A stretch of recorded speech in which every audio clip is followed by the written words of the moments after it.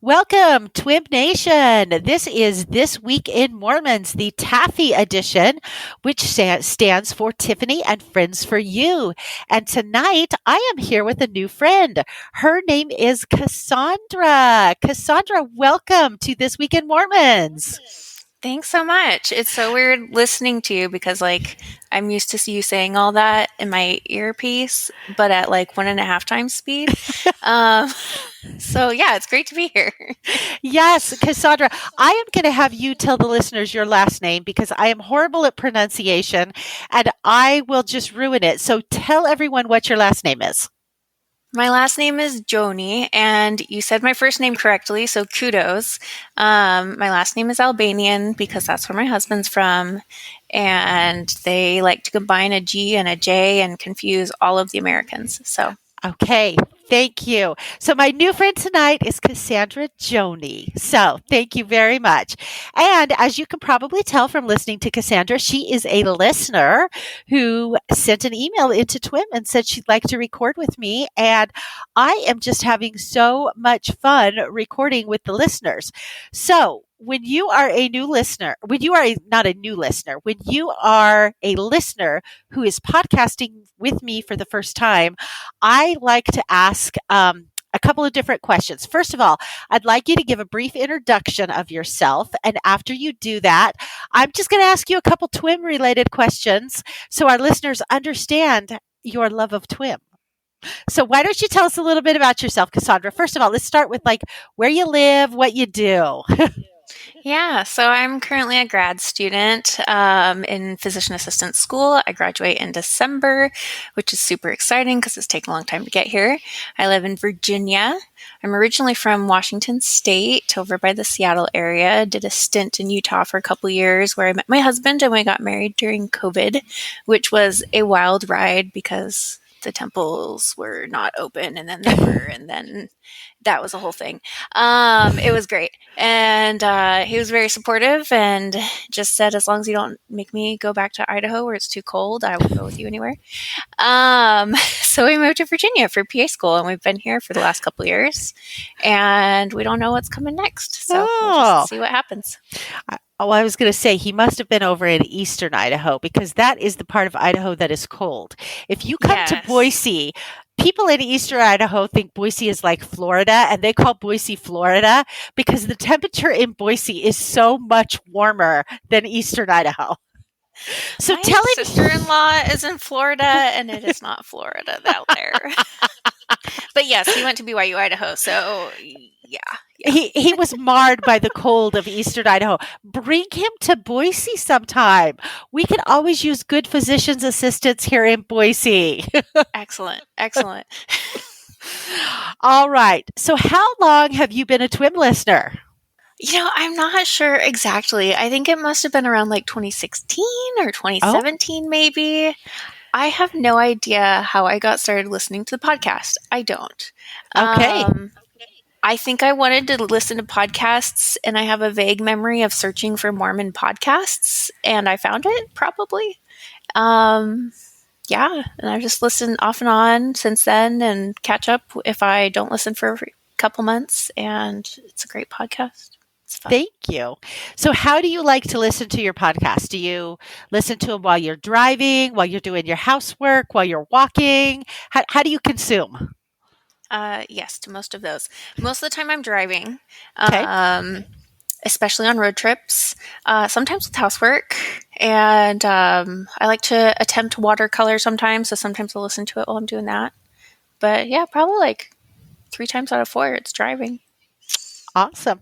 Well, me too. I would say I'm either walking or I am in my car driving when I'm listening to podcasts. So, all right. Well, let's just talk a little bit about what's going on in our lives. Halloween is coming up, and for me, tomorrow night we have our ward Christmas party, our ward Halloween party.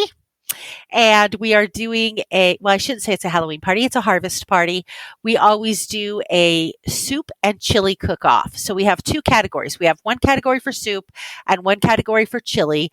And so we have two winners, one in each category, and we have a traveling trophy that I made out of items found at the Deseret Industries. So every year I have to remember who won the previous year and go collect the trophy from them and say, you only get this trophy for a year unless you come back and win the contest again.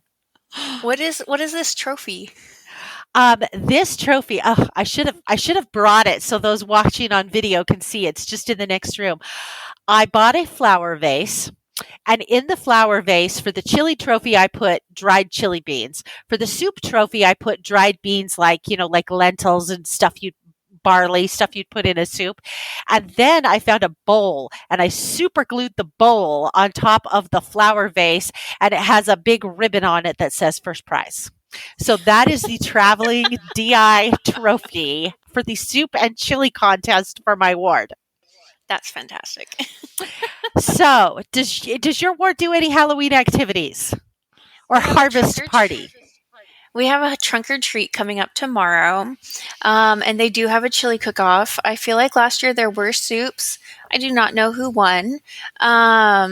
Yeah, one of my girlfriends in the ward loves Halloween, so she's like, will you park by me and we'll decorate your car like ours? I'm like, yeah, considering we didn't decorate ours last year, you can do whatever you want. So she said she would give her 5-year-old son, some money for the dollar store, and he can go buy some things to decorate our car. So I'm curious to see what he got. It'll be fun. Oh, that'll be so fun. Well, we are doing ours tomorrow, not at the church. We're doing it outdoors at a park, which is a little dicey this late in the month of October. The high tomorrow at the time of the party will be 44 degrees. So it will be a bit chilly. So hopefully the soup will be nice and hot and that will keep people warm. I don't think we're probably going to linger longer tomorrow. I think people are going to consume their soup and skedaddle on out of there because, like I said, it's going to be a bit cold. But that's the risk you take if you want to do something at the end of October. I mean, we were down to the 40s last week, but this week we popped back up, and I'm looking at the weather right now. Okay, it looks like during trunk or treat time, we will be in the low 70s. Oh, I'm so jealous. You are having the weather that we had last week. I think it's worked its way across the country because we were in the high 60s, low 70s last week, which makes the 40s all that much more colder. It is. It's true. All right. And the other thing that I did this week that was exciting, I registered for my Tabernacle Choir Christmas concert tickets. I have heard you guys talking about that and strategizing how to do it. How did you register for it? Well, they're doing it differently this year. I don't think they've done it this way in the past, or maybe they haven't. I just haven't paid attention. You had about a 2 or 3 day window that you got online and you registered. So you register and then it's like a lottery. In the past, you had to go online at a certain time and attempt to claim them, and you'd get in a queue and you'd be on there with millions of other people and websites would crash and it was just kind of a hot mess. So I really like this way of registering, that you just register. They're going to do a lottery on or about the 11th of November. If I happen to score 4 tickets to the Christmas concert, they will let me know. And if I score them, I will then subsequently be planning a trip to Utah in December. So we'll see what happens. Well, I'll be waiting with bated breath to hear on the podcast. I know. You get the tickets or not. Because I feel like you guys have been talking about this for a couple months. We have been. We are big fans of the Tap Cats.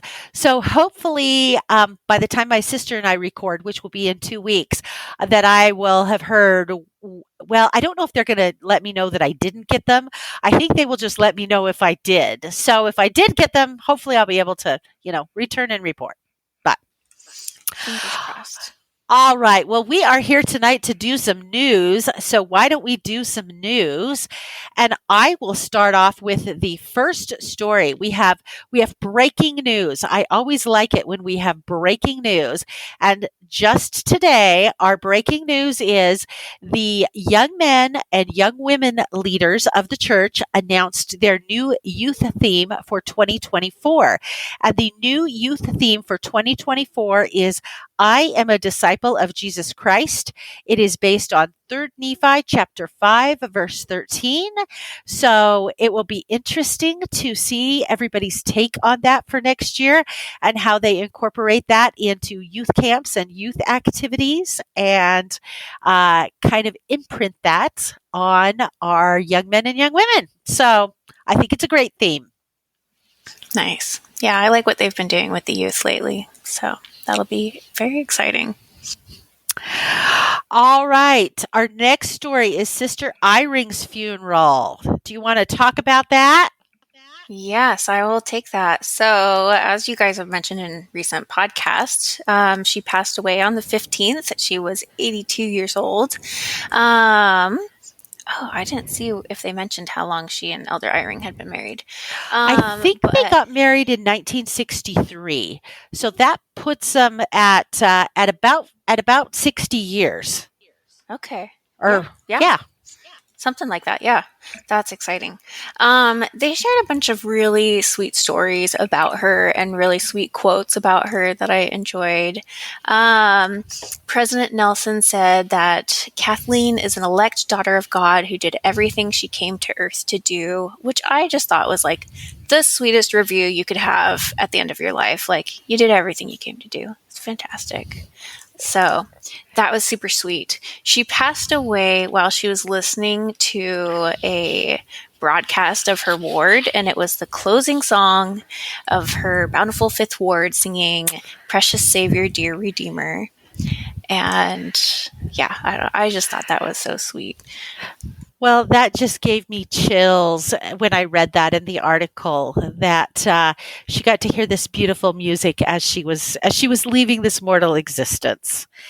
And I mean, it's kind of interesting because we know in the latter years of her life, she suffered with a lot of memory issues, and President Eyring was very cognizant of her memory issues and trying to help her in any way he could. And I if you actually look at the article, it was a Deseret News article, there are some really sweet pictures that they took, not in the chapel at the funeral, but as the family is coming out of the chapel. She had a bunch of great grandsons that were her pallbearers, and they put the casket into the hearse, and President Eyring, there's a picture of him going over and touching the casket, and then he's holding hands with one of his great great grandsons, and just some very, actually I think he was holding, I think it was the grandsons who were the pallbearers, and then he was holding hands in one of the photos with a great grandson. So and Yeah. I saw that photo and it was just so sweet, and everyone just kind of has like, I don't know. It made me think of the funerals my family has had, where it feels like a really, like you're sad, but you're grateful you have the gospel and you have this eternal perspective, and it's a it's really nice to see a lot of family gathered together, and you know it's there's a happy thing about that, and I kind of just, I don't know. I'm sure everyone is grieving a lot, but I think I see some of that happiness there too in that photo yeah. about just being able to be together. Well, and I really liked what the words of wisdom that President Oakes gave President Eyring at the funeral. President of Oakes, of course, lost his first wife, and he said he lost his first wife about 25 years ago. And this is what he told President Eyring. He said, "I knew that I would miss her companionship," he said, "but I did not know how keenly I would miss the responsibility of caring for her. That period of adjustment is a hit for each of you, but most keenly for your father, our dear associate in the work of the Lord. You will continue to be in our prayers as you grieve over this separation and adjust to this new circumstance." So he was actually speaking to the entire family, not just President Eyring. But I thought that was really interesting how he pointed out not just missing her companionship, but the responsibility of caring for her. Because I'm pretty sure that President Eyring probably heavily felt that responsibility, even though she was suffering from, these memory issues, that he was still responsible for caring for her and loving her and just making life as best as he could for her. Yeah, I thought that was very interesting. And yeah, I have grandparents that are currently dealing with dementia, and grandma has Alzheimer's. And so we're all, and they're on the other side of the country from most of us. And so it's interesting trying to coordinate caring for her. And as I watch my mom and her sisters do that, and yeah, it is, it's a lot of work. It's a It lot of is. work to care for someone who doesn't remember the conversation you had yesterday about It's very caring for true. them. Anyway, it was a sweet funeral. For our listeners, we'll put a link to the article if you haven't had a chance to read it. It goes into a lot of detail about her life, and I didn't realize this. She was very athletic. She liked to ski and golf and play softball. And one of the kids talked about that she would drop him off at school, and then she'd be out in the field with the other moms hitting the softball around. He'd look out his classroom window and he'd be like, "Hey, there's mom on the baseball field playing softball." I think it also said that she and Elder Eyring won the couples tennis match They at one did. point. They did. Um, and let's see what else. What else interested me about it? She met Elder Eyring when she did a stint at Harvard, and she got a degree from, it looks like, Berkeley in Yeah. political science, and she learned how to speak French and German at the University of Vienna. And she's very educated, smart, active lady, it Yeah. sounds like, and Yeah. I'm impressed. I, I I was too. And so, in many ways, it's probably a relief for her to be released from her earthly body that wasn't functioning so well, but much sadness for the Eyring family. My favorite ending quote was that President Oaks said, "A comforting consequence is that dear ones who have advanced to the spirit world would continue to be concerned with family members who remain in mortality." And I think that's just, I don't know, super sweet to think about. I love that quote because as an individual I've lost both my parents, and I have a firm 100% testimony of how thin the veil is and how much they help us from the other side. It is, it's astounding to me, absolutely astounding. So yes, I'm glad that President Oaks shared that.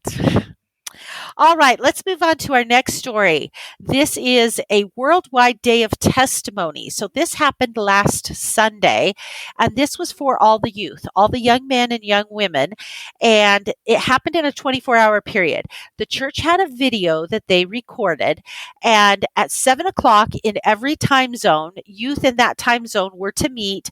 They were to watch the video, and then they were to have their own testimony meeting afterwards. I know in my ward, rather than go to the church, what they ended up doing is they went to one of the leaders' homes and they watched the video at the leaders' homes, and then they did a testimony meeting after that. Excuse me. So President Nelson began the video by giving the youth some principles to think about. He talked about them being a child of God, a child of the covenant, a disciple of Jesus Christ. And he said, those are the three identifiers that you need to use in your life, and say those truths over and over and over again. And I liked that. I'm just going to repeat them. A child of God, a child of the covenant, and a disciple of Jesus Christ. I think Which is their new theme. exactly. So I think that was a great plug. Exactly. And I think that is good advice, not only for the youth, but also for us as adults as well. And he then talks about, they need to learn to receive personal revelation. He talked about the word of wisdom and the law of chastity. He also said, hey, if you have strayed off the covenant path, don't think that you're too far gone, or that it's too hard to get back, or you don't have any opportunity to get back. He said, through the atonement of Jesus Christ, your future is bright and brilliant. And then what I thought was really interesting is President Freeman. They had a little clip of President Freeman. She was at Thanksgiving Point standing in front of a statue entitled, "It is I, Be Not Afraid." Is that where they were? I could not figure out where they were. I was like, where are all these cool statues in that video? Yes, they were at Thanksgiving Point, which, if you live in Utah, is right at Point of the Mountain on the Utah County side of Point of the Mountain. I enjoy that the reference for Thanksgiving Point is Point of the Mountain, which is also not helpful for people from Utah. Um, it's Exactly. like It's very it's true. when you're driving down I-15, it's the part where the mountain kind of like juts out a bit more, and you go around a larger curve, and it's halfway between Salt Lake and Provo. Um, I did but not think okay, about cool. that. I didn't know that all those statues were there. So next time we're in Yes. Utah, maybe we'll go find them. Yes. And President Lund chose a sculpture depicting the first vision where the Savior ministered to a teenage Joseph Smith. That's what he stood in front of. And he says, it is fascinating to me that Heavenly Father answered his prayer. He's talking about Joseph Smith by first calling him by his name. Heavenly Father knew him. And anyway, it the article then goes on to have little quips and quotes from literally all of the gatherings that happened all over the world. What Deseret News had requested, or this may even be the church news, I can't remember which one this came from. I believe it came from Deseret News, that bishops send in pictures of their youth testimony meeting and then a little bit of information about what was happening at their youth testimony meeting. So the article was filled with all sorts of pictures of youth all over the world and then quotes from youth all over the world about what they thought about this testimony meeting. And so I did not go to the one in my ward because I am not in Young Women's, so I was not invited. But I'm sure it was wonderful. I did ask my daughter. She lives with her. My 16-year-old daughter lives with her dad, so she's not in my ward. She goes to a different ward. What hers was like, and she said, "Well, all of the girls bore their testimony, but only one boy did." I said, "Well, that's about right." Sounds like the boys. That's awesome. But she liked it. She enjoyed it. So that was the report that I received. Excellent. Excellent. All right, let's move on to our next story about Elder Christofferson and Bishop Kasa. Kosei. Kosei, thank you. Yes, Yes. If I can diverge for a second, I have a please. special tie to Bishop Kosei. Oh, please share. I have never met him. He probably has no idea who I am. But my husband and I bought his car 3 years ago. We were looking for a car. We wanted to switch to an SUV, and we were looking for a Toyota. And then we realized we had to maybe look for a little bit older for our budget. And there was this lovely little Toyota SUV that was there for a reasonable price. And my husband coordinates with the guy, and the guy's like, yeah, I'm selling it for kind of like a CEO sort of person who just doesn't want people coming to his house. And so he test drives the car, and like, it's really good. And so I haven't seen it at this point, but he's like, let's buy it. I'm like, okay, I trust you. And so he's texting with the guy that's selling it. And the guy's like, yeah, they want you to pay by a cashier's check. And he's like, okay, who do I make it out to? And he says, well, make it out to Gerald Kosei. And my husband's like, is there another French guy with that name in the Salt Lake Valley? I think that's really unlikely. So when we go to pay for the car and pick it up, we're like, so is that the Gerald Kosei? And the guy's like, yeah, it is. Apparently he worked for the the guys at church headquarters with the fleet of vehicles. And apparently sometimes the general authorities will come down and be all like, hey, I need help selling a car. Can you help me on the side? I wonder if they get like a little tip or something. I don't know, or a percentage of what they sell it for. Totally guessing here. That's kind of funny, but I never thought about that. But that makes sense because it's not like if you're Elder Holland, you're going to go put on Facebook, hey, I got my car for sale. Text me if you want to buy it. Yeah, I mean, we bought it directly from him, not from the church. Yeah. But the address on the lease was for the church headquarters address. Oh, interesting. So it was interesting. Yes, and we felt very blessed because we bought that car after having a couple of car accidents that were not either of our faults, but they were too close together for us to want to ever have sedans again. And I was just like, we have a blessed vehicle. Aww. It was driven by Gerald Kosei, and it was incredibly clean when we bought it. And it was over 10 years old. And even the little cup holders had no little dirt in the edges. So I thought of him when I was reading about this Brazil conference, which is the whole point of this tangent. Because And he did. it ties into the Brazil conference. Explain to our listeners how this ties into the Brazil conference. It ties into the Brazil conference because they're talking about being good stewards of the earth and keeping things clean. Now, I do not know if he cleaned that car with environmentally friendly like cleaning supplies, but I'll think he did because they did a good job. But yes, this was a conference in Brazil, and it was hosted by a group called and oh gosh, my cousin married a lovely lady from Brazil who I wish I had asked her how to pronounce these before coming on, but oh well. A group called Robel del Sur, which is a group of members and friends of the church. And they wanted to host our stewardship of God's creation, which was a 4-day conference. So they had Elder Christofferson come down. This was and Bishop Kosei videoed in. This was in Florianopolis, Brazil. And they just talked about sustainability, environmental health. They emphasized that, how do I explain this? How the earth is like a gift to us, and we are responsible to, pay attention to how we're treating it because it affects other people around us. And so how can we use what we're given to help our communities? And I just really appreciated how they went over that. I loved this article. And let me tell you why I loved this article. Here's what I learned from this article. When Bishop Kosei spoke, he said that the presiding bishopric has 6 sustainability priorities. I had never heard of that before. And so I was completely fascinated by this. So I just want to go through what their 6 sustainability priorities are. So, I mean, he is not just like, oh, yeah, we should be good stewards of the earth.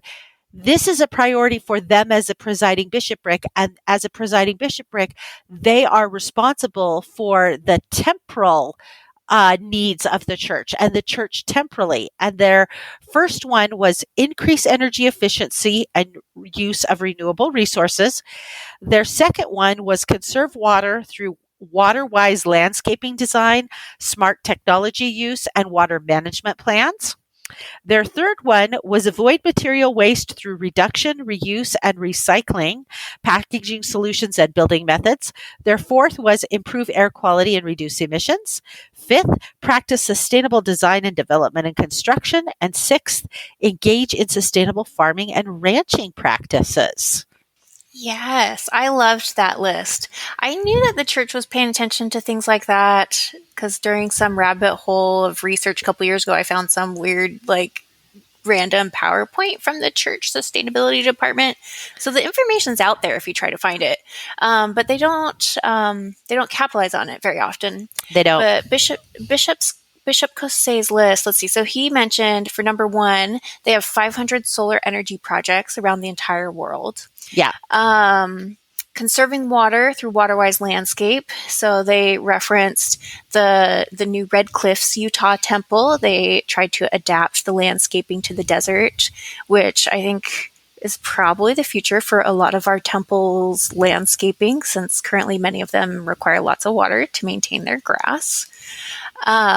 He talked about the coming 2024, we're going to have new sacrament meeting cups because they are transitioning to 100% recycled plastic instead of the previous 40 to 70% recycled plastic.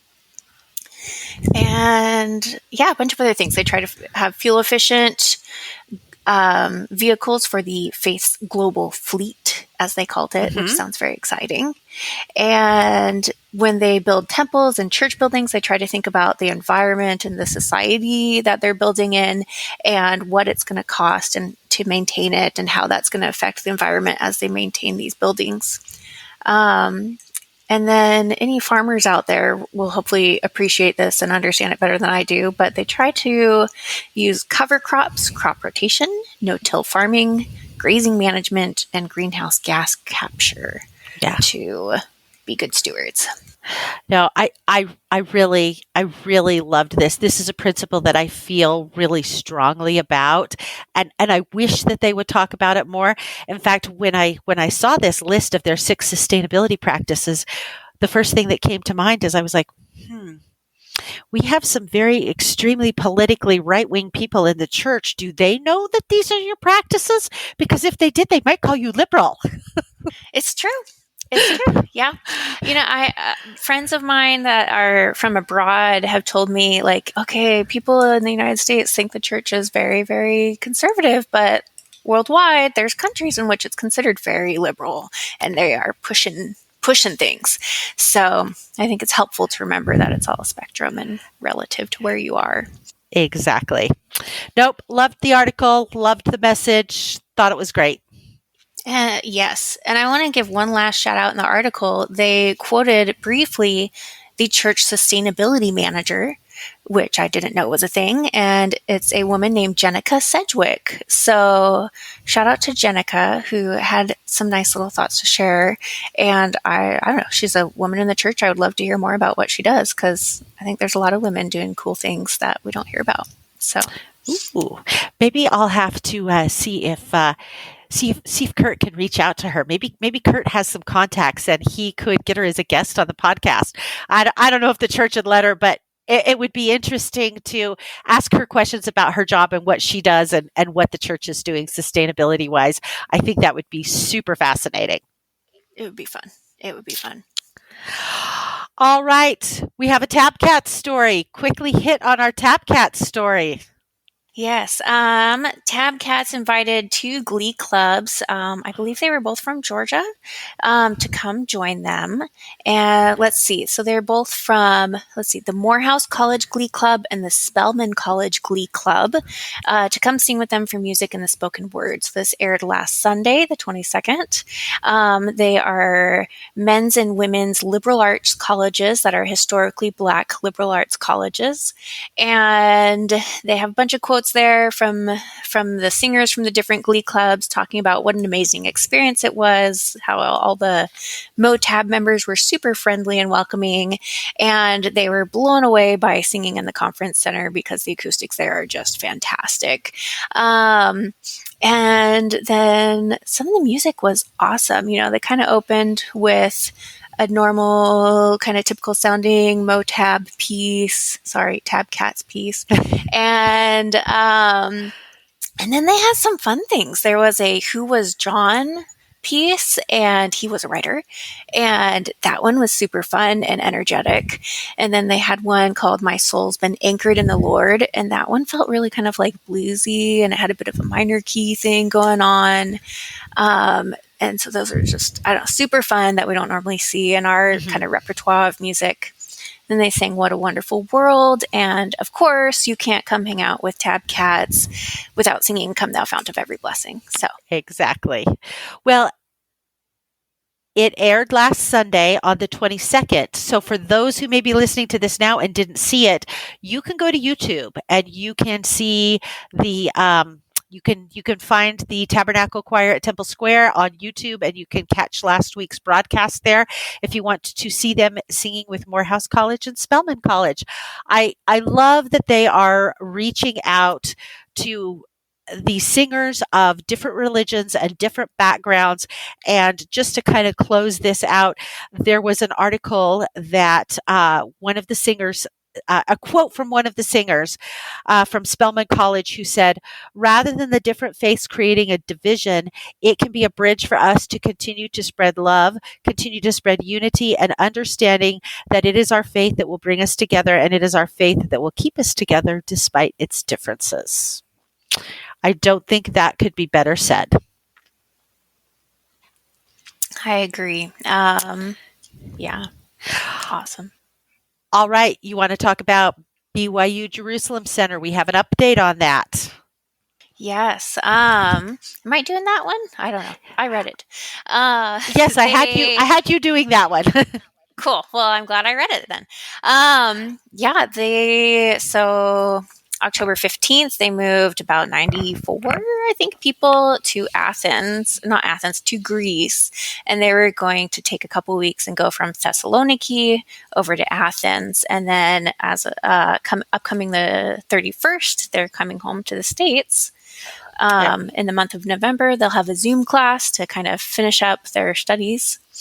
And they do still have employees that are both Israeli and Palestinian back at the Jerusalem Center that aren't part of the temporary students and senior couple staff. So the security update that was released on October 15th just said these beloved and trusted individuals and families, Israelis and Palestinians, remain in harm's way. We ask that you pray for their safety and well-being. Yeah. Well, and when the war first broke out, they hunkered down, all the students, and then they moved them to Greece. And we thought they were going to be in Greece for the rest of the semester, but then this update was released that said no, they're just going to stay here till the end of the month, and then they're going to go home. The last time that they moved students out mid-semester, it was 7 years before they opened the Jerusalem Center back again. So I hope that it is not that long of a period this time, but I do appreciate that the church is acting in safety and they don't want to send BYU students over there unless it can be a safe environment for them. So we'll cross our fingers that it will not be 7.5 years and it will be a shorter period of time. All right. So our next story is a story about the Heber City Temple. Now, we've run into some controversy lately with temples. We had the temple in Wyoming, and I want to say Casper, but it wasn't Casper. It was it escapes me right now. The temple in Wyoming that they had kind of a disagreement with planning and zoning and had to work out some issues.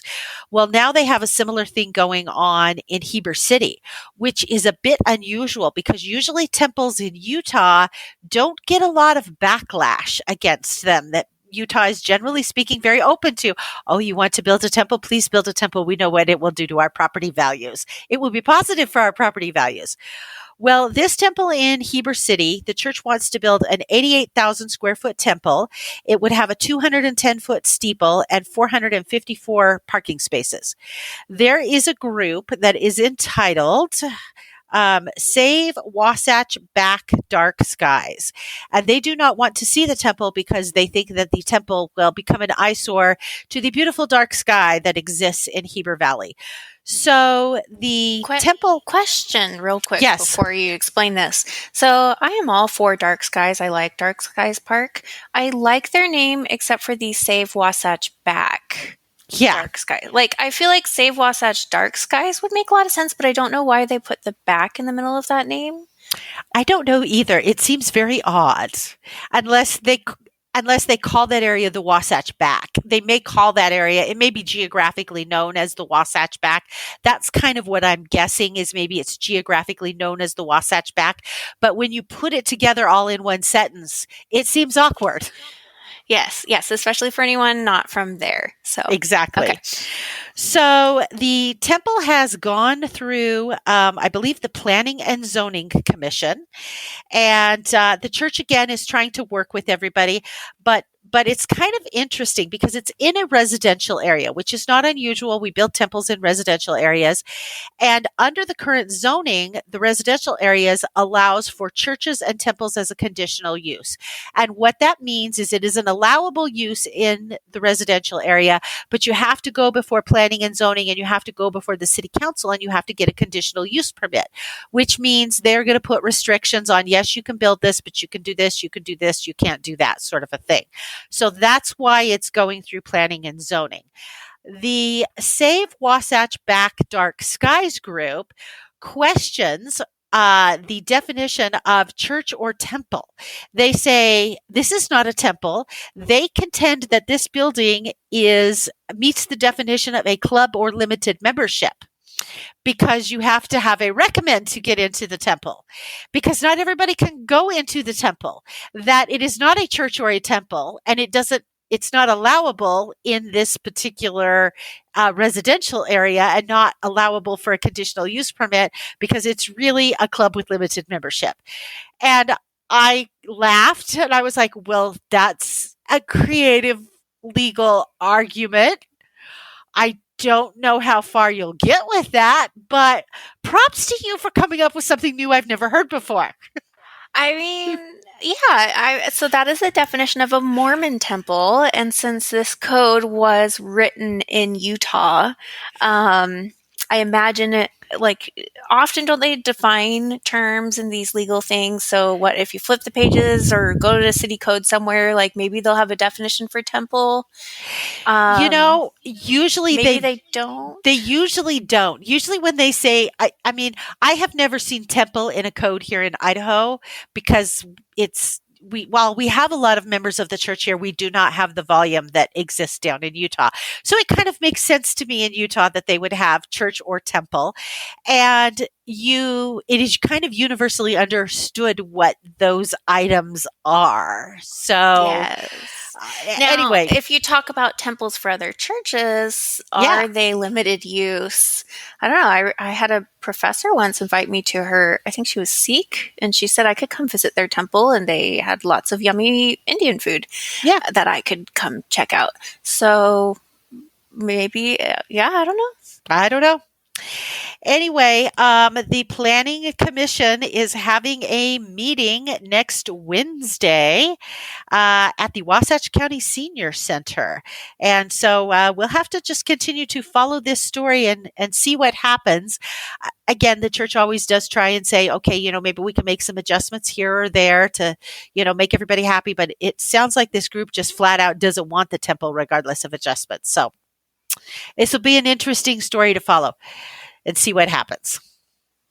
Yeah, for sure. It's always interesting to see what happens with planning committees. Cody, Wyoming, not Casper. Cody. That's where they were having the other problem. I knew it wasn't Casper, but it was Cody. And I knew it started with a C. It just took me a minute. All right. Quick shout out on this next story. There was a poll that was commissioned by the Deseret News that found that nationwide, people think that President Donald Trump is more of a person of faith than Mitt Romney. I have no words. I have no words. It left me shaking my head. They did have a quote from Trump that said, "No president has ever fought for Christians as hard as I have. I got it done, and nobody thought it was even a possibility." So that's what Trump says. The article also mentions that Trump rarely talks about his personal faith. So that's very true. Very, very true. So, yes, like I said, just left me scratching my head. Now, it did say that your middle of the road voters, they did tend to think that Romney was more religious than Trump. So, okay, could be swayed on as to where on the political spectrum you fall. I just have never really thought of Donald Trump as a very Christian individual, but that's just Tiffany's opinion. All right. We got a couple of sports stories that we're going to hit really quick. First sports story that we are going to hit.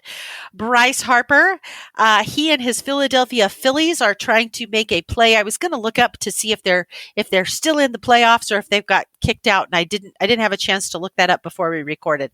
In any event, he plays for the Philadelphia Phillies. He is a member of the church. He's been wearing a couple of bracelets that actually a couple of fans in New Jersey, a couple of kids in New Jersey made these bracelets for him.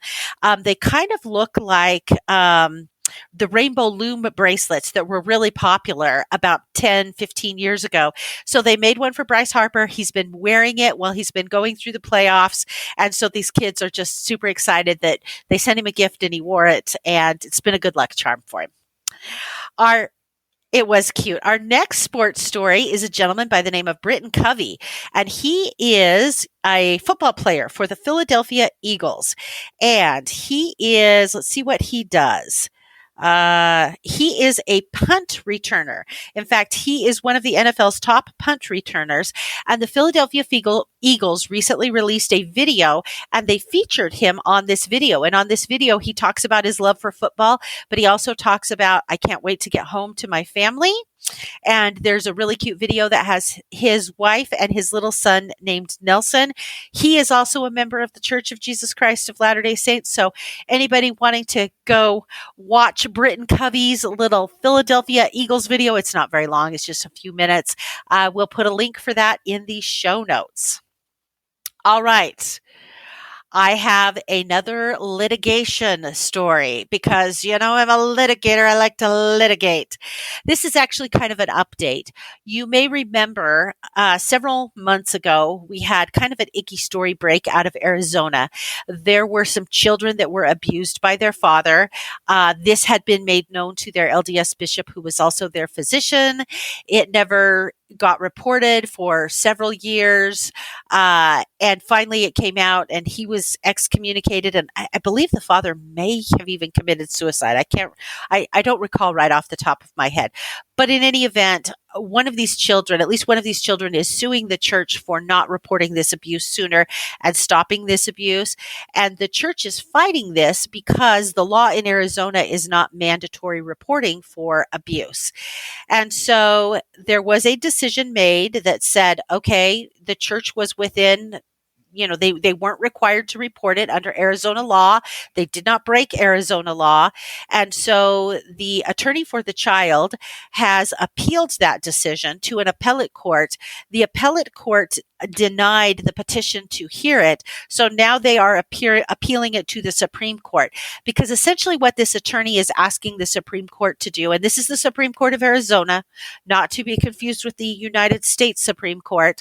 They are appealing this to the Supreme Court of Arizona, and they want the Supreme Court of Arizona to essentially say this particular statute that protects members of the clergy from disclosing sexual abuse and that type of stuff when it comes in as part of a confession should be considered unconstitutional.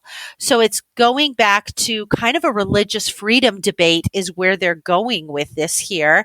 And it will be interesting. It says the case goes to the Supreme Court after the Court of Appeals late Tuesday refused to consider the issue.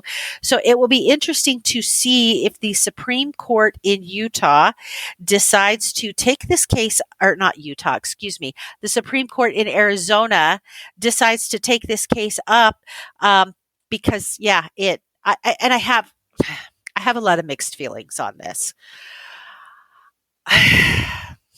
You probably have like your attorney feelings, which are about whether or not it is actually unconstitutional. Yes. And then there's the feelings about mandatory reporting and the church, which and they go into that a bit in the article too, and talking about, I think the bishop wanted to report it and he was being told that he shouldn't because the state protects that type of confidence. And that's hard because your counselors and social workers and whatnot, if they want to report that sort of thing, they're obligated to. So exactly. The law agrees with them. That's a tricky place to be. It is a tricky place to be, because I definitely understand the argument of, hey, you want to be able to confess to your clergy and work through those issues with your clergy and the protection of that. I get that. But at the same time, I'm so for protecting the kids as well. And my biggest concern is we have a lay clergy. And sometimes you get the leadership lottery and you get bishops that are more adept at being able to handle and deal with this situation. And then also getting help for the kids, and you have bishops who are not. And when you look at what happened in this case, there was literally just a failure all the way around, in my opinion. So I hope that we can just learn from this, and because again, I'm also a protector of religious freedom. I don't want to see religious freedom infringed upon. And there's so many things that are trying to chip away at religious freedom, and I don't want to see that infringed upon. But there has to be a balance in how you also protect these kids as well. And I am not quite sure what that looks like. I'm not sure either. People go to school for a long time to learn how to like protect children and help them, and to expect lay clergy to know how to navigate these things is a bit of a tall order. It is. Um, It is. All right, we will finish up our news segment with the last legal one for the day. We've had a lot of legal ones on this one.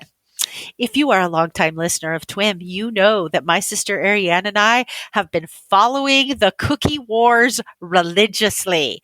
The cookie wars. This was started by Crumble Cookie. They sued two other cookie companies. They sued Crave and they sued Dirty Dough. They settled their lawsuit with Crave in 2022, and so they had their lawsuit with Dirty Dough remaining. Now, their lawsuit with Dirty Dough is they basically said, hey, trademark infringement. Your boxes are just like our boxes. And one of the guys who started Dirty Dough used to work for us, and he downloaded a whole bunch of cookie recipes before he left, and he knew our trade secrets, and he turned around and started Dirty Dough to compete with us. And so that was kind of the basis of the lawsuit. Well, these two companies have reached a settlement agreement. It in all likelihood will be a confidential settlement agreement. It had pen to paper has not been done as of yet, but they are working out. They've in theory reached their terms, which is quite honestly what happens often in lawsuits is you get together, you reach your general idea of what your terms are, and then you put pen to paper and you hammer that back and forth between the lawyers several different times. But one thing that they did say was going to change is Dirty Dough is going to retool their boxes so that their boxes do not look like Crumble boxes. They were a different color than Crumble boxes, but they were the same shape as Crumble boxes, and so which are long and oblong, and so they're going to retool their boxes so that their boxes look different than Crumble boxes. But it appears that the cookie wars will be ending. I have loved the cookie wars so I much. I have have told too. so many people about the cookie wars. Whenever people talk about Crumble or like back in January, you guys were talking about cookie wars. I remember a day when I was on a surgery rotation with some women. Had some sort of surgery going on. We got talking about pastries, and I was like, "Did you know there's a cookie war in Utah?" And they were fascinated, and it was the greatest surgery conversation I have ever had. And it's been really good press for Dirty Dough, who I had never heard of before Crumble sued them. Like, never heard of them. Never. Well, and Dirty Dough hired a really smart PR firm, and they did some great billboards in Utah, some great social media in Utah. I mean, they really exploited this lawsuit to the fullest extent of what they could. I mean, their video. Have you watched the videos? Yes, I've watched the videos. They're hilarious. They kill me. The journeys and the snickering and the trying to like talk to the little kids at their little like cookie stand, and oh my gosh, it's just amazing. I know. So yes, while I am happy that the lawsuit is settling, I'm also a bit sad as well because it's provided a lot of material for us here on TWIM. I'm sad. I'm sad it's ending. Yeah. It should have just gone on forever. Well, all good lawsuits must come to an end. Eventually people get tired of paying their lawyers and they're like, I just want to settle. Your legal bill's too much. That is really what it comes down to. All right. Let's move on to Mormons behaving badly. Okay, so I've got a couple of quick updates in Mormons behaving badly, and then I have a brand new Mormon behaving badly. So, Lori Vallow. There has been an extradition warrant signed by the governor of the state of Idaho to extradite her to Arizona to face her charges in Arizona for the death of her husband in Arizona. And so that will be headed to Arizona. Ammon Bundy. I have a quick Ammon Bundy update. He again has failed to, he filed paperwork with the court, but he didn't pay the proper legal fees. And so if you don't pay the proper legal fees, the court really doesn't consider your paperwork filed. And so the court's trying to encourage him. And he's like, well, I'm harvesting my apples right now. I'm just kind of too busy for this. This is Isn't paperwork. he your Hall of Famer? Oh, yes. Yes. He is a Lifetime Achievement Award winner in the category of Mormons behaving badly. And the paperwork that he was filing is he did a transaction selling his house to a friend, in essence, to avoid the creditors in the St. Luke's lawsuit. So St. Luke's has requested that the court undo this transaction. And so this is paperwork related to the request on behalf of St. Luke's to undo the house transaction. So St. Luke's can attach that his house as part of his judgment. But fun fact with Mr. Bundy, he has a hearing in November on some contempt charges also related to this lawsuit. So I could potentially, because I think it's sometime in the next 2 weeks. I don't remember the exact date. Next time I record with my sister, I may have a Bundy update on his contempt charges and if Mr. Bundy is cooling his heels in the Ada County Jail. Who knows? I would just like to say he is so prolific. He even gets the court angry at him for his paperwork. It's true. All right. And then Ruby Frankie, there was a new video that was released this week that showed the body cam footage of the officers when they arrested her and Jody Hillebrand. And so that's kind of interesting for anybody who's following that case and wants to watch that. All right, let's get to our new Mormons behaving badly. This is actually kind of really sad. This is another doomsday family, which ironically started in Arizona. And that's where Lori Vallow came from too. But she hooked up with Chad Daybell, who was in Rexburg. So it's all kind of interconnected. Anyway, as far as I can tell, these people are not connected to Chad Daybell. But the center of this dispute is a 16-year-old boy named Blaze. I had the pronunciation on this correct. And it slipped my mind because I have someone in my stake that has this same last name. I know it's not Tybu. Anyway, it's a French pronunciation. Thibault, that's what it is. It's Thibault. That's how it's pronounced. Anyway, so the 16-year-old is named Blaze Thibault. And what had happened is Blaze's mother is named Spring. Blaze's mother began following prepper type stuff. And Spring has a brother named, Brooke. Brooke lives in Provo and she got Brooke into the prepper stuff. She also got her older daughter who is married into the prepper stuff. And they were feeling like this was the end of days. We need to go to Idaho. And so what had happened is they had bought a whole bunch of, tents and survival gear and stuff like that. And they boarded a plane to Idaho. They have them arriving in Boise. They have them getting into a vehicle in Boise, a Lexus 4x4. But they don't know where they went after that. And so Blaze, the 16-year-old, his father believes he was not part of that.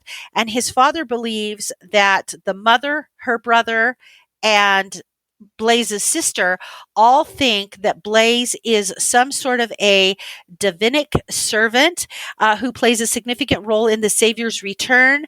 They feel that they needed to take him to an undisclosed location where he would receive his calling and understand his role in the second coming. The father fears for his safety, especially if he is contentious or rebellious or belligerent. He feels that his brother-in-law would restrain him or do something that would incapacitate him. As far as the father could tell, the 16-year-old had no interest in his mom's end of days prepper stuff. So dad filed some paperwork in Arizona to say, I'm concerned for my son. The judge in Arizona has given the dad temporary custody. And so the dad has the custody order that he's been able to bring to Idaho to say, hey, can we, if you find him, let me know. They also believe that maybe the group might have entered Canada. And so kind of a sad deal for the dad and kind of hard to understand how people kind of get so off track sometimes, but apparently it happens. Yeah. I listened to the conversation the dad had with the news reporter. And, one of the things he tried to emphasize was that, like, hey, everyone involved is a good person. And, if you guys are listening, I just like, you can come home, you can say you were wrong, we can move on with our lives, it's fine, but just please come home. And I think it's so hard. I don't know. I think a lot of times these involve some mental illness, and a lot of these kind of, I don't know, they just kind of take root and get a few people to go a little bit far out there. They do. So hopefully they find everybody. Hopefully, just like what you said with the dad, they can get the 16-year-old home. If mom and daughter and her brother want to go off and do that themselves, well, they are all grown adults. They can do what they want. So okay, well, let's move on to favorite things. We're going to do two things tonight for favorite things. First of all, you're going to share a book that you like. I'm going to share a podcast, and then we are going to both try yummy treats that we've never tried before in our little segment of Could This Be a Favorite Thing? So, Cassandra, tell us what book you want to share tonight with us.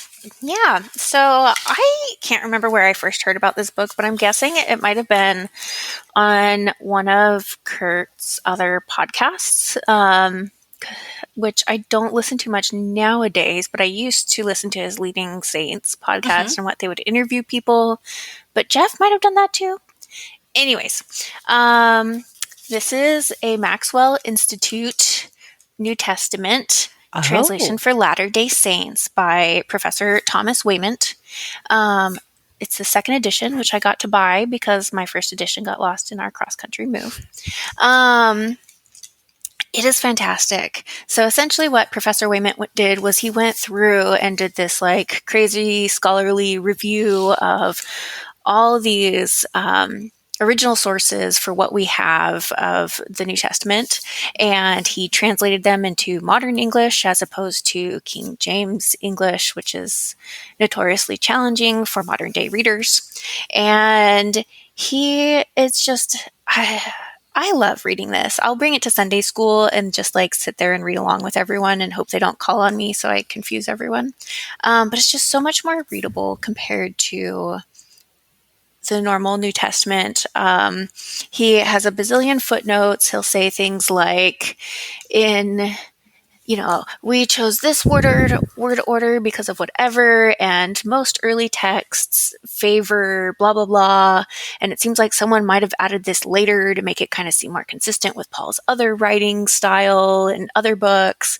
And he'll give a lot of cultural insight. And so I feel like I interact with the New Testament better, understand what's going on better, get a better sense of like who Jesus is and the culture. And yeah, it's just fantastic. I love this book, and it made New Testament so much more fun this year.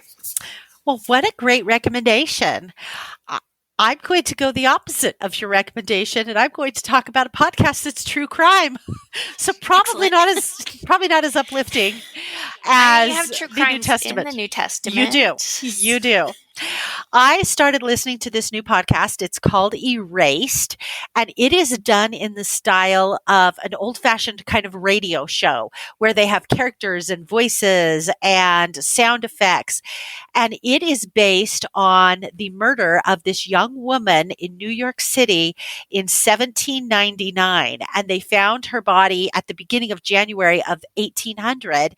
And they suspected that her then a boyfriend who she was having illicit relations with was probably responsible for murdering her. He got charged with murder. It was one of the first real big criminal trials that occurred under our new Constitution. I kid you not. Defending the boyfriend were Burr and Hamilton. You think they're rivals, but they actually worked together on this case, defending him in court in New York City. And so I'm only 2 episodes in, but it has been really fascinating to listen to, a fun listen with the actors and their voices and the sound effects and everything. And there's all sorts of legal stuff in there. So for the legal nerd in me, I'm kind of geeking out, but you don't have to be a legal nerd to enjoy it. It's a good listen. It's a fun listen while you're working out or whatever you're doing. So that's my recommendation. I have to ask. Okay, I did the like, oh, Burr and Hamilton, that's exciting. And then, Yeah. okay, I don't actually know who they are. Who are Burr and Hamilton? Oh, Aaron Burr and Alexander. Or no, what are their first name? The musical Hamilton is based on the Oh, duel that they have. So that's okay. who I'm talking about. I And have not seen that musical. their first names escape me at the moment. And so that's why I'm just like Burr and Hamilton. I can't remember their first names, but they were rivals, but they also came together to defend this guy. So anyway, very interesting. All right, should we try our yummy treats? Why don't you share tonight what you brought, and then I'll share what I brought, and then we can both try our treats simultaneously. Well, you should share what you brought because I bought mine based on yours. Okay, fair enough. So I was in Walmart the other day and they have a limited edition Oreo flavor. It is a hot cocoa flavored Oreo. And so it has marshmallow and hot cocoa cream flavoring in between the Oreo cookie. And I thought, ooh, that might be kind of fun to try. So that's what I'm bringing to try tonight. So I live in a small town and I went to our Walmart today and I was looking for that. And we actually have many types of Oreos, including the birthday cake one that you guys Uh-huh. tried last time, but we don't have the hot cocoa one. So I looked for the next best thing and I just found the dark chocolate Oreo. And maybe I'm just Ooh. late to the game, but I haven't tried Oreos that are anything other than normal. So I have not tried I the dark thought, chocolate Oreo. So, okay, so you try your dark chocolate. I'm going to try my hot cocoa flavored, and then we can give our review. okay, I've been waiting for this all day.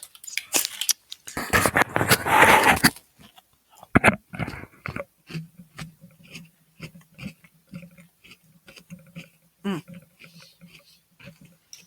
Yeah, that is really good. I would buy that again. It's like So, an Oreo with a punch of fudginess. oh, so mine has uh the chocolate in the center, and then it has marshmallow. And I have never met any form of marshmallow that I don't like. So, given the fact that it has the chocolate plus the marshmallow, this is a definite win for me. I would so buy this again. I'm going to have to hide the package because otherwise I might consume the whole thing tonight. Very good. It's delicious. All right. Well, Twim Nation, thank you very much for joining Cassandra and I tonight. And Cassandra, it was absolutely a pleasure to have you here. I enjoyed our conversation. I hope that you enjoyed it too and that you will come back and do this with me again. Thank you so much. It's been super fun and just, I don't know, awesome to meet y'all in person. I hope anyone else who wants to do this will come and visit you guys Exactly. because you're just so fun. Oh, you're so sweet. So, Twim Nation, you can find This Week in Mormons on Facebook, on Instagram, on X, formerly known as Twitter. If you have any questions or comments, you can reach out at contact@thisweekinmormons.com. And last of all, we need to give a plug for Patreon. If you want to be a supporter of TWIM, you can join Patreon. You can pledge $2-3 a month, whatever you feel comfortable with, to help us keep the lights on. And Patreon subscribers do get additional content. In fact, Cassandra and I are going to record some additional content for Patreon when we're done. We are going to record a story on Greg Olson. We're going to talk about Halloween in Daybreak, Utah, and we're going to talk about pickleball. So if you want to hear our thoughts on those, join and be a Patreon subscriber. All right. Thanks, Twim Nation. Have a good night. Thank you, everybody. Good night.